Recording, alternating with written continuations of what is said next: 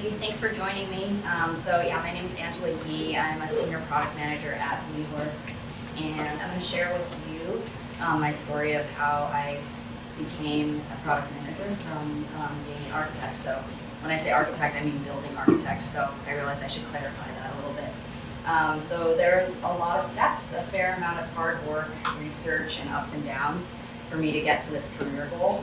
And I wanted to share some of that with all of you so that hopefully you can do the same in your career path and achieve whatever goals it is that you have. And I chose my original path of architecture from the age of 17, which was really young. So I chose that path and picked my major, and it was basically to appease my tendencies with my creative passions, and then also my parents wanting to have their daughter have a professional career path. So I'm going to put that in quotes, So it was a bit of a compromise path from the very beginning for me.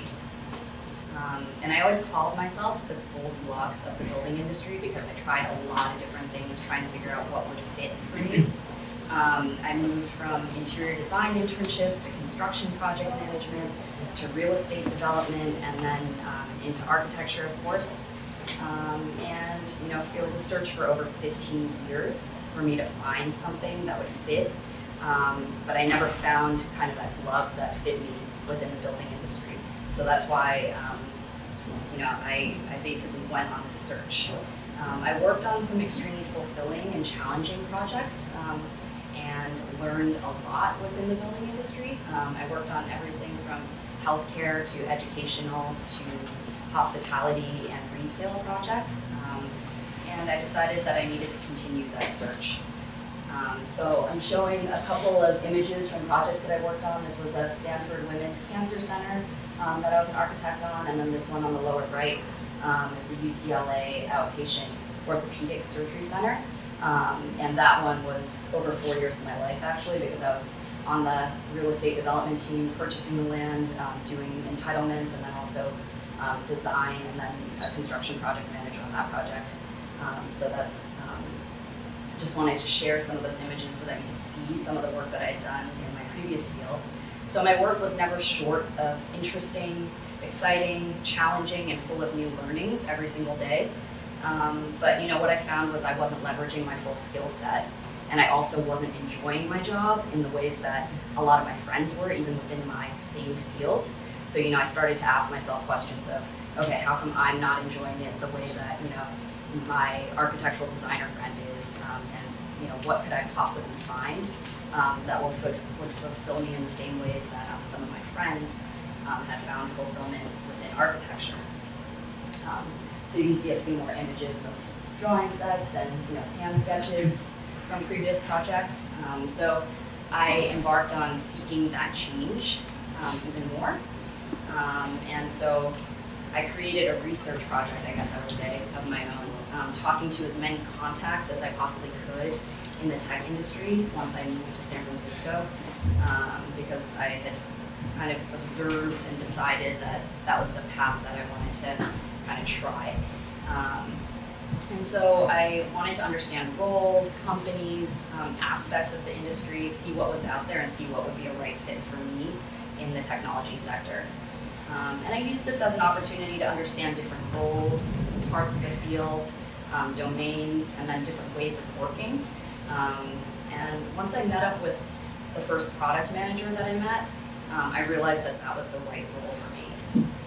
So I guess from there, I knew it was the right role for me because it tied together my love of design, my passion for building, and then also my passion for translating the needs of my clients to my fellow teammates to drive a project to reality. So I have a tendency to work cross-functionally anyway, and I like working with people who have different skill sets from my own, and that's what I did in architecture, that's what I did in construction project management, so I realized that I can also apply that to a different field. And once I arrived in that first role as a product manager, I started leveraging those strengths, but first I had to find somebody who was willing to take a chance on me to let me be that newbie product manager that I wanted to be. So I'm going to share a couple more images here. So this is me on a job site in Boston. This is actually the tallest building that's been built since, I think, 1974, something like that. It's the Four Seasons in downtown Boston now. So it's a 61-story tower, if you can imagine that. It was a hole when I was standing there. And then this is an image from me leading a user journey mapping exercise as a product manager in my first role as a PM. So you can see that there's that shift between the two. So what I'll talk about next is kind of how I made that shift, drawing parallels between the two and how I interviewed for that role, that first role. And I couldn't help myself. I found a book, actually, it's called Drawing Parallels, and it's an axon and isometric drawing book for architects. So using that name here. So interviewing for that role, and I had to ask myself, what does architecture have to do with it? What does architecture have to do with product or technology or anything? For me, it was everything, because I felt like my job in architecture and my training all those years had really kind of helped me to become the strong product manager that I strive to be every day. So I guess within that interview process, what I did was I drew parallels for my interviewers. So within, I had several different rounds of interviews, but I'm going to talk to the one that finally landed me that first job as a product manager.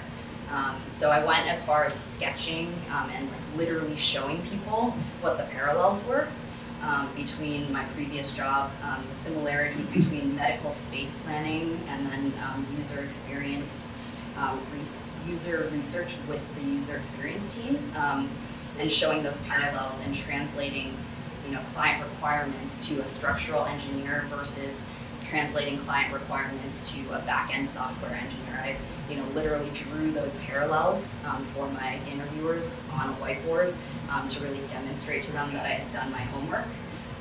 So I was prepared a little bit for kind of the perplexed responses and expressions on people's faces as I was going through these exercises. But I saw one by one, it was a panel of 6 different interviewers, a little light bulb going off for them, and them realizing, oh, okay, there are clear parallels, there are clear reasons why somebody from this completely different domain, completely different industry could possibly come in here and be a product manager.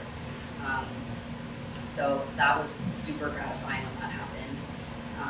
And coming back to drawing parallels, I had committed to telling that story for the interviewers and painting the picture and, again, quite literally drawing on a whiteboard for them so that they could see it visually. And they took a chance on me, which was really amazing. And ever since then, I've been trying to pay it forward to others who want to be a product manager, who want to break into a new field. And so that's part of the reason why I'm here. And I've been mentoring others and so on and so forth. And I should mention that that interview process was just the beginning for me, the beginning of that learning process, and I haven't stopped since then. So it got me across the threshold, but I had to turn that research project into a long-term research project, and I continued kind of day in and day out after I got that job offer. And I kicked up the number of coffee dates that I was going on a lot, and I was talking to people, as many people as I could within the tech industry, as many product managers as I could get my hands on. And every time I met somebody, I heard new terms, I heard phrases, I heard acronyms that I didn't know, and so I'd have to quickly write them down so that I could Google them when I got home. It was kind of so I studied abroad in China, and I would, every time I heard a new word, I would literally have a notebook that I would jot down, words in and go home and Google them. So I did the same thing here. I heard blurs of words and terms, things like data, metrics, OKRs, KPIs, TAM, SAM, SOM, and I was like, okay, I don't know what any of these mean, so started subscribing to as many blogs as I possibly could, and listening to as many podcasts as I could. So I would wake up listening to how I built this. I would go to sleep listening to This is Product Management, and then read as many founders blogs as I could to try to absorb all these terms so that on day one I could at least hit the ground running a little bit. And then, again, I guess that learning for me hasn't stopped. It's kind of like ignited that want for learning and more. So right now I'm getting my part-time MBA. So I'm at the University of Michigan Ross. I just finished my first year. And I think my hopeful takeaway for some of you guys is that it's never too late to make that switch, and it's never too late to continue learning. I think making the switch, learning, going back and being a student again, I did all of those things. I'm continuing to do all of those things. So hopefully that's something that you guys are also wanting to do as well. So I guess I'm coming down to what are my recommendations. Hopefully you guys know that you want to be in product, or you know that that's the path that you're planning on going down, and that's the reason why you're here. And if you don't know yet, then there are always people that you can talk to, right? If you live in San Francisco, there are a lot of people probably that you can reach out to. And I guess that brings me to the best piece of advice that I got when I was making this job transition was from a friend who gave me completely non-technical advice, which was drink so much coffee every week that you feel like you want to puke. And I was like, okay, what does that mean? So the translation there is basically she was giving me that advice because she was not shy at all when she was doing her job search. She made a transition from nonprofit into technology. She became the head of customer success at a company really quickly after this. And so, basically what she was giving me advice to do was to not be shy, to reach out to friends, reach out to friends of friends, reach out to perfect strangers, and just take them out for coffee, and be curious and try to understand their lives, try to understand their jobs, their roles, what makes them tick, what makes them successful, and then try to picture yourself in their shoes and see if it even aligns with anything that you want, because it's also possible that when you go through that exercise that you realize that that isn't the path that you want to see yourself on. And I think a few years ago, the product school didn't exist, and product management didn't even exist as a field. So like when probably many of us were going to undergrad, that was the case. So I feel like it's kind of cool that we're at the forefront of this field, and we have probably the ability to redefine it also. So I think after looking around, after doing that whole search, doing that research, if you determine that that's what you want, then I'd recommend crafting that storyline for yourself and figuring out what is my elevator pitch, how can I paint that picture for other people, so that they can understand how your skill sets are transferable to this new path that you want to be on. So really it's about kind of helping them help you, because I think human nature is we want to help each other, we want to open doors for each other, but sometimes you can't figure out how to do that for somebody if they don't help you figure out like what that path is that you see for yourself. So I think for me it was part of the going out and meeting people was also honing my storyline and figuring out like what resonated with people. I also have a lot of industry jargon, like from architecture and from construction, that I kind of had to clear out of my vocabulary. Everything from my like LinkedIn profile to my resume to even the way that I spoke about my work and how I collaborated with people. I had to change a lot of that. So I think that's probably something to keep in mind. If you're coming from a different industry, there's the possibility that people won't understand your jargon, and you'll have to make some adjustments as you move forward. So then I guess the next piece is how to make that shift. And I have 3 different recommendations for how you could possibly make that first shift into product. So one is pretty simple. You can keep your day job and maybe start freelancing on some freelancer portals. So there are some that I've heard of, like Upwork, Guru, and several others. And then hopefully you could get some experience on small projects that would help you segue into a more permanent position. The second one I particularly like, it's looking for associate product manager roles or internships. I've seen a lot of success at my current company and previous companies that I've been at, where people have come in either as interns or associate product managers. These are great options because they often pair you with buddies or mentors who will basically level you up and help you get to that full-time product management position without throwing you in the deep end at very first.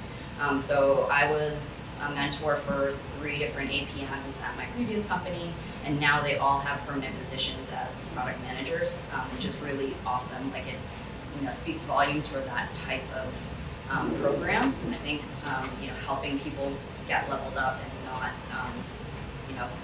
and like leveraging their strengths and helping them to move into the position that they want to be in. And then I guess the last piece is making lateral moves. So, I guess knowing that it might be difficult to both make a career ladder jump and then also switch industries at the same time, I think it's okay to know that you're probably going to have to select one of those steps at a time. For me personally, I'll share that I had to take a step back professionally. I'd been a decade in the building industry before making that career transition, but I was okay with that because it kind of gave me more comfort, honestly. And I was strategic in finding a product role at a building industry software company. So then what that allowed me to do was it allowed me to call on kind of my domain expertise, having worked in the industry, having been trained in the industry for so long, while leveling myself up on my technology nomenclature and skill set and product skill set. So that kind of gave me time and de-risked my switch, so I was able to take some time to get up to speed on everything. So those are kind of the 3 options that I see most frequently. I'm sure that there are other paths also. And then some of the takeaways that I want to leave you guys with is drinking coffee. So doing your research, drinking tea in my case, but drinking coffee with as many people as you possibly can, spread a wide canvas to ensure that that's, the path that you want to take. Because I'm sure, for me, this was, my 3rd career, 4th career, I don't even know. But, ensuring that you're de-risking it and, making the right decision for yourself, because I'm sure that for many of you guys, if you are attending classes at product school, it's not your first career path. And so I think part of that also is staying humble. So, realizing that people are taking time out of their day to be with you, to share their experiences with you. So being gracious, right? Because, it's quite possible. I went to coffee with many people who had less professional experience in years than I did, but had many more years, of course, in technology than I did. So, being gracious, I think, is always something good to keep in mind, especially in these situations where you're probably going to be calling on a lot of people for favors. And then the last piece, coming back to the drawing parallels. For me, drawing parallels meant painting that picture for people on what the similarities were between my interactions with a structural engineer versus a back-end software engineer. Helping people to understand that working with a UX designer was similar to working with an interior designer. Helping people to understand also that with medical space planning, that's really similar to user journey mapping. So I had done my reps on a lot of this stuff. It was just with different nomenclature and slightly different parties that I was working cross-functionally with. So kind of painting that picture for people really worked in my favor. I think developing that story, developing that elevator pitch so that people can help you is something that I really recommend. And then go forward and hopefully you'll land your dream jobs, and hopefully in a few years you'll be really happy that you took the chance and made the switch, because I think it takes a lot of guts to do that, especially if you've already been on a career path for a decade or two. To get up one day and decide that I'm going to make a complete transition is a really big commitment to make. as as a professional. So yeah, this is my kit of parts. This is not all of these are my drawings, of course, but this is an axon, exploded axon. So I'm just thinking about like the parts and the pieces to help you get there. So I spoke really fast at first, I realized, but I wanted to know what questions I can answer for you guys. Yeah, did you have a technology component to your previous role, or were you really focusing on the functional similarities when you went on these interviews? More of the latter. So, I mean, the technology aspect, like the only things that I could draw from was like I was one of the more tech savvy people in my architecture firm, but that's not saying a whole lot. Like if you know some architects, yeah, it was more of the functional aspects that I was drawing from. But then, I really tried to leverage as much knowledge as I had gleaned from like listening to these podcasts, from reading blogs, from reading books, and just trying to soak up the terminology and like use it in the right places at the right time. So, it was a little bit of a stretch, but it worked for me. Yeah, so I was wondering, so obviously it sounds like you learned a ton from your podcast and listening to others while taking these coffee breaks and whatnot. But did a lot of the learnings that actually apply to the positions that you would inevitably end up with, was that more so of a on-the-job kind of training experience, or did you do other things in parallel to kind of set you up for success and kind of that kind of thing?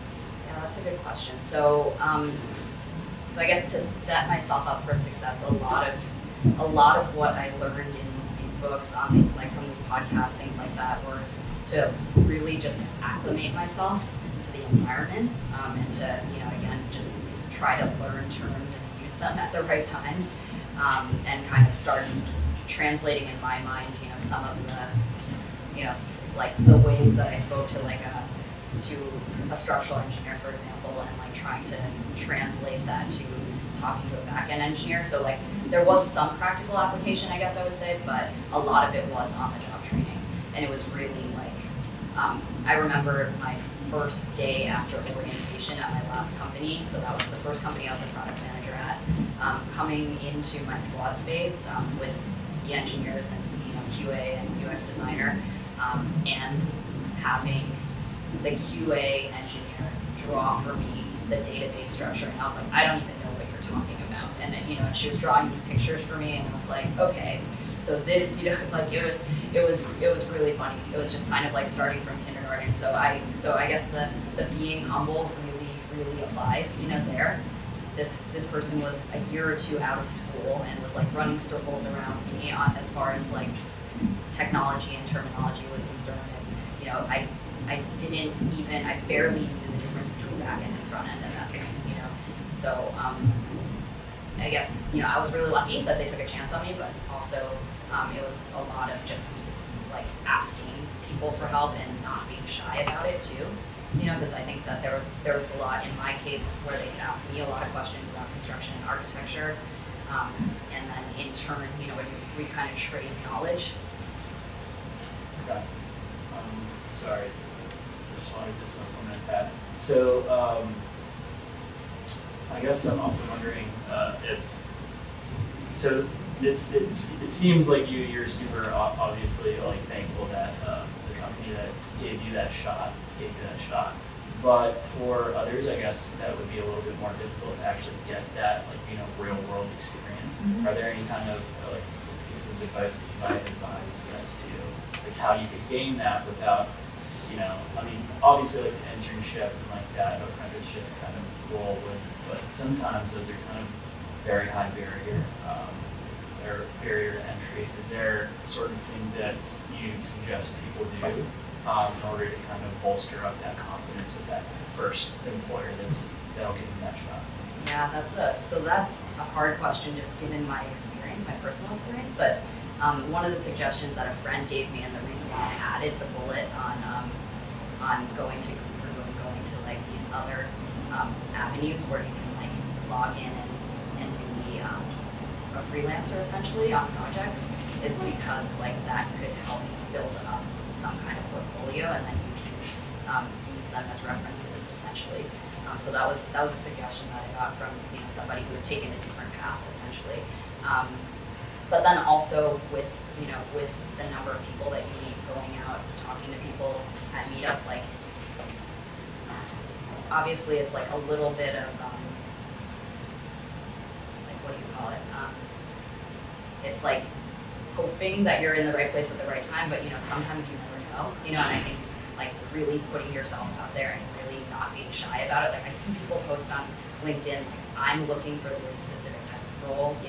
Would anybody like be willing to talk to me about it? I think just not being shy with all your contacts about what it is that you're looking for, because you never know, somebody might be willing to help you, or allow you to like shadow them for a couple days, if you can take the time to do something like that, and then they might have an internship for you.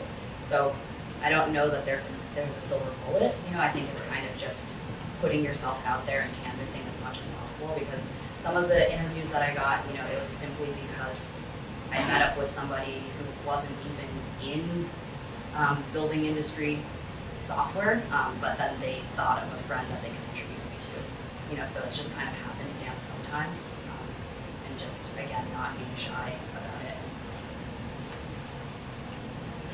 So I'm looking to build a product. Which is the best way to collect your team? Like, example like LinkedIn or any platform to help find the team, to engineers, designers. So that I don't have direct experience in. I think that's, I don't know. Does anybody else have experience building a team from scratch? Mostly LinkedIn, because I've been working for companies that are established and then post job postings.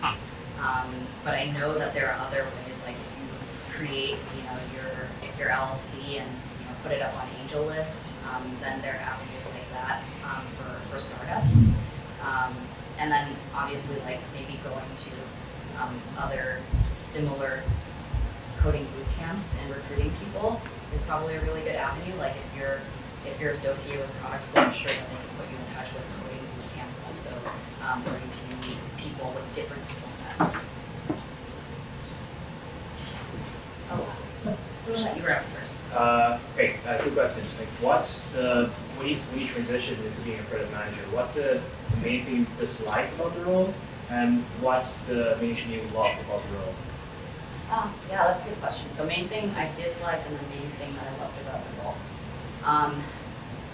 I guess I can answer both questions in a similar way.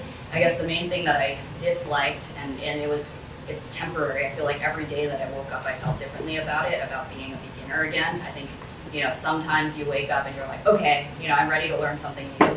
And then other days I would wake up and I would be like, oh my God, this is such a drag. Maybe I should just go back to what I was doing because I knew how to do that. And I guess some of the aspects that have still been hard for me to learn are some of the technical aspects. Like I think I've been putting myself in a position now to learn more. Like I took a data analytics course this summer at University of Michigan Ross, just because I felt like I needed to put myself in a position where I would learn more. I took an advanced statistics class so that I could learn how to do regressions, and I didn't know how to do any of that stuff. I'm not really a math-minded person, but I'm trying to set myself up for success in this role because I know that it's necessary to learn these things. And so I guess getting out of my comfort zone in that way, and putting myself in a position where I had to get into math and things that I'm not that comfortable with. And I thought of something. So the first product that I managed was a budgeting product. And again, they called me in and they were like, well, you were in construction project management. You obviously did profit and loss on your projects, which I did. And I kept, all my projects under budget, all that stuff, like you're supposed to do.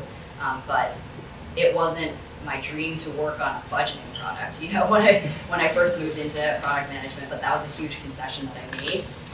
And so I spent 3 years working on construction financial products. Mm. But I still loved the job. Like I still loved working cross-functionally. I still loved working with user experience designers. I still loved doing those post-it note exercises, like meeting up with clients and asking them about their experiences using our products. So like there's kind of the, you know, the good and the bad of it, right? It's like maybe you're not going to work on a product that like you're so excited about using yourself as a user every single day, but like I knew a lot about it, so I was able to apply that knowledge.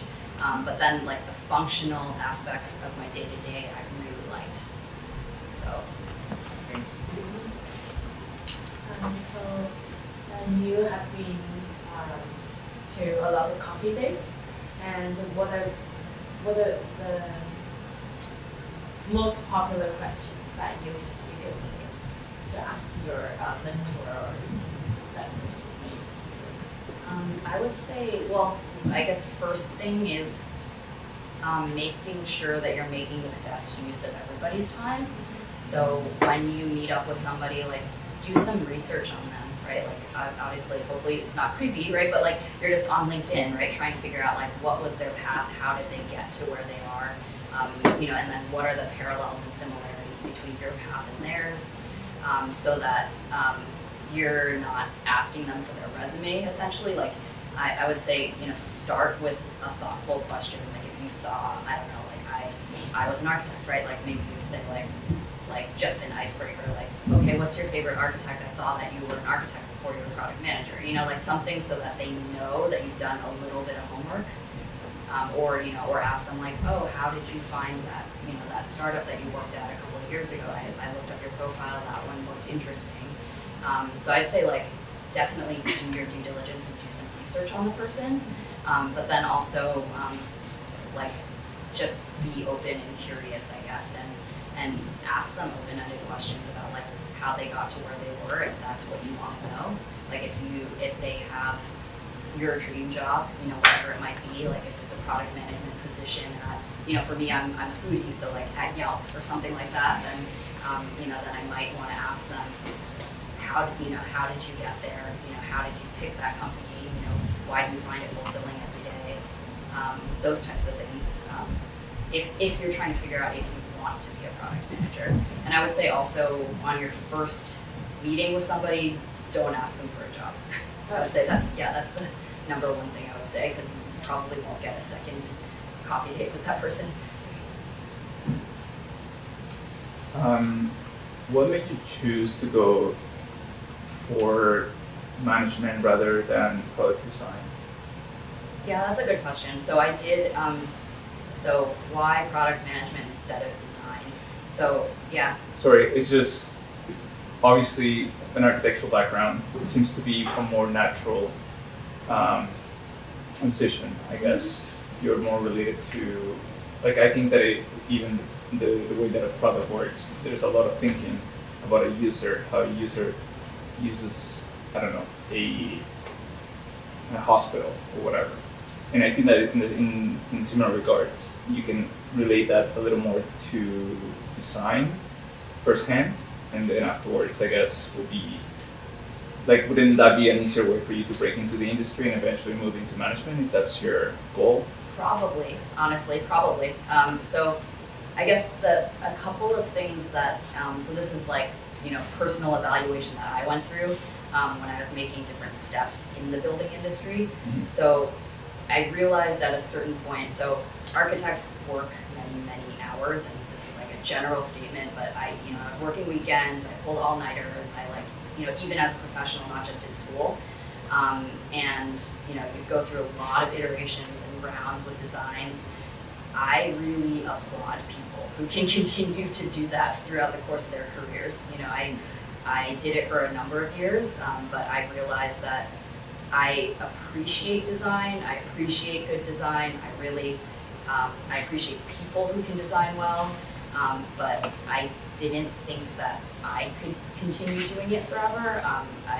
I like working with creative people, so I guess even when I was in architecture, I already knew that I wanted to, so there are like different paths that you can take in an architecture firm where you know, you kind of continue in like design studio world where you're a true designer.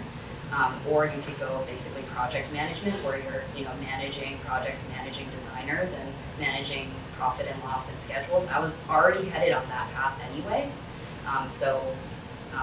The shift to like product management wasn't so far off because I wasn't going to be the person staying up every night sketching anymore at a certain point. So I guess it was a personal decision. But I do know quite a few architects who have turned into UX designers, you know, particularly in the last downturn because I graduated. During the last downturn, a lot of my classmates got laid off in the last real estate downturn, and a few of them ended up training themselves and becoming UX designers.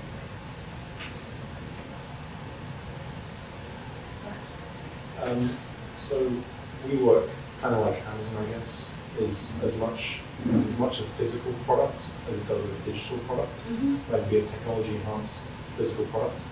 So coming from architecture, a physical deliverable, do you feel like it gives you an advantage over product managers that have only ever dealt with the digital world? I mean, I think so, I guess, yeah. So I've stayed within this realm of building industry product manager. So working with software products that serve our physical space. So just, yeah, you put it well.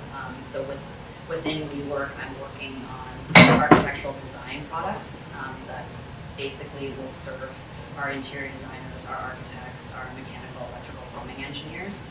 And so I think that having that background has served me in that way, but then also I think your question is also around like working with built environments, working with these types of products.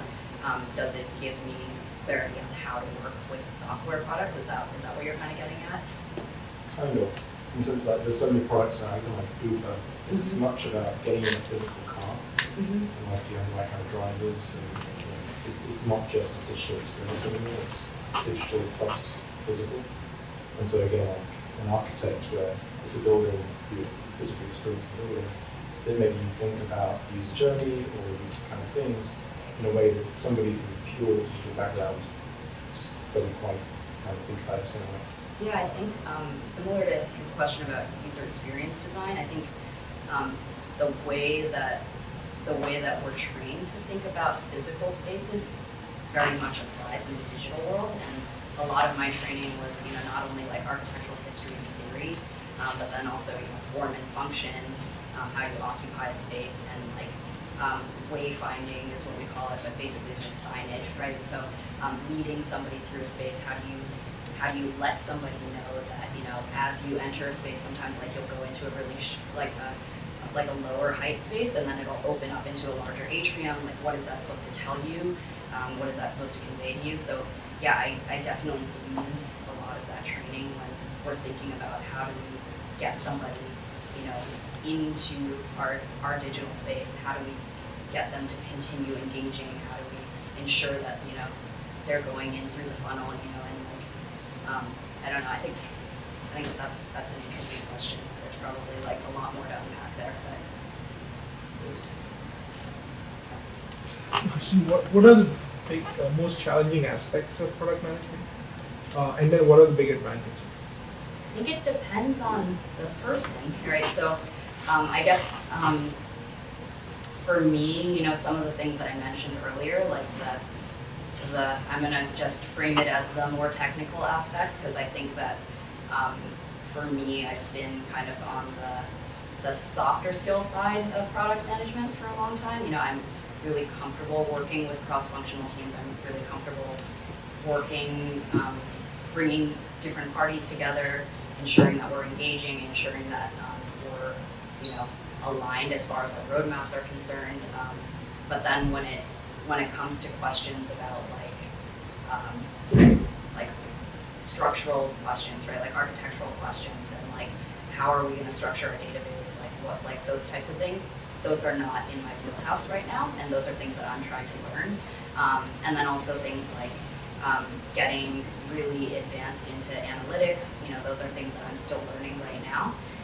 Whereas somebody who probably is more math-minded is more in that direction, right? Like I actually talked to a back-end engineer from my last company recently, and he was telling me that he wants to break into product management. He was like, I don't know if I ever told you, but you know, I was thinking in my head, I was like, well, I'm not sure if that's like the first person I would think of, you know, to move into product management, but then that person might have to get really comfortable in front of people, right? Get really comfortable gathering groups and defining the roadmap and going into ambiguous situations. Like I know, you know, some engineers are less comfortable with ambiguous situations. They want things to be clearly defined for them and like a path to be defined for them. Whereas like that's where my comfort zone is. So I think it depends on the person, but there are, I guess, different strengths that you can draw from, and then leaning on your teammates for those areas that you're weaker in. I think is really important to do, and I've learned that a lot in this role. You know, in previous roles, I felt like because I was trained in those realms, like it was harder to say, hey, can you help me in this? But now I feel like I have a bit of an excuse, and I think maybe with more experience, I've realized I don't have to pretend to know everything because nobody does. Question about kind of like, there's a lot of strategic elements to product management. There's kind of like this strategy side, and there's kind of this like management execution side. And I think in a lot of these interviews I've been doing, I noticed a lot of these like case questions are like, they're pretty much strategy questions. And I guess I have two questions. The first one being, how did you use your experience to answer these things well? Do you think it was just like studying these books and things like that in order to kind of get your interview answer down, you know, down pat? And I think my second question is, like doing product management now, do you see like that you're doing this strategizing in a way that like it's pretty strategy heavy right now, like management consulting type of work? So that probably also depends. As far as like interviews were concerned, yes, it was a lot of studying up, and it was like reading, you know, the product manager interview book. It was like a big, thick one with lots of cases in it. Sure. So that there was a lot of just studying, you know, for me to get this position and then the previous one. I will say that it depends on, you know, what product line you're working on, you know, how advanced it is, like how mature it is, I guess I would say.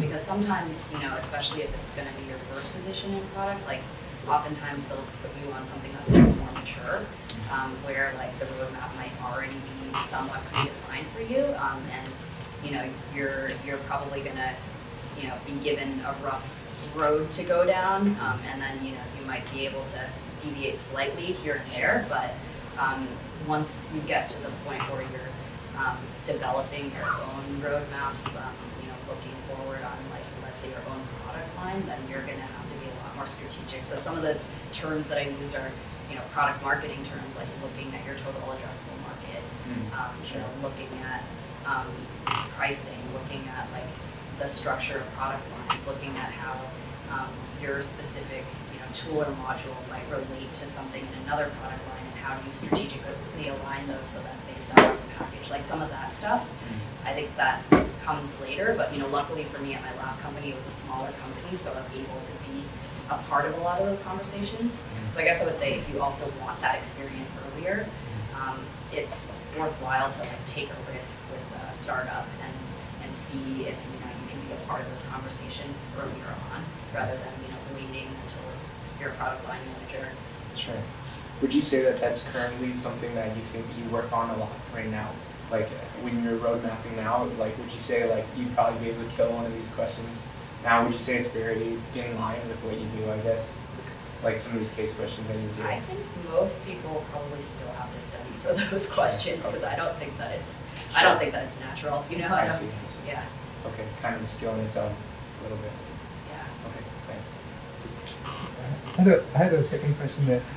What are the big advantages of product management over Well, I guess over what? over like what you're doing, or Like over what I was doing before? before, or yeah, in general? Why is it getting so popular? So I think so. Okay, so why is product management popular now? I guess it's because there was a void in the industry. So I guess I'll give you like what I think is true of the industry. Is there It's like a lot of room to grow? I think, Vertically, I I mean? personally think so. I think that, that's part of the reason why I'm here. But I will say, like, there are fewer roles, so if, like, for example, if you have the skill set and the ability to be an engineer, honestly, there are a lot more engineering roles out there, right? Because, like, there's going to be one product management role for, let's say, every 8 engineering roles. So if you have the inclination to become an engineer, like, I mean, I've thought about it myself, and sometimes like, oh, well, I could become a front-end engineer, I guess, and and it would be, then a lot of people would be knocking on your door with jobs. But so I guess it also depends. It's a personal decision. I think for me, I probably could have just as easily gone the UX route versus the product route, but I made that deliberate decision to go down this route. I do know people who are engineers and want to make the shift to product management and vice versa. So it just depends on what your leanings and tendencies are. Like as an engineer, you're probably going to have a much more solitary role, but right, you're going to do a lot of problem solving. You're going to dive a lot deeper probably into stuff. Whereas a product manager, I think you're asked to do a lot of things at not as great of depth, and then there are a few areas where you're going to dive a lot deeper into, and then you're going to be pulled in a lot of different directions every single day. So I think that's also something, like if you have the ability to pivot a lot, then this is a good role for you. If you are somebody who likes to do solitary work and keep your head down, then maybe it's not the right role for you. Yeah, so now that you're on the other side of the table, you're interviewing non-traditional candidates, what are you looking for to convince you that it's worth the risk to take up this non-traditional candidate? Yeah, I guess like one big thing is ensuring that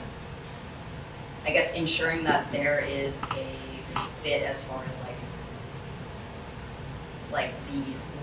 the want and willingness to put themselves out there to learn, and showing that they've actually done the homework to get themselves there. I guess just that tenacity. So that's one of the key things that we look for at my company now. Is the person entrepreneurial? Is the person tenacious? Is the person genuinely interested in our field, our domain? And obviously you have a leg up if you have that domain knowledge, and then you can always leverage that and apply it to your job in the day-to-day as you're learning kind of the more technical or hard skills.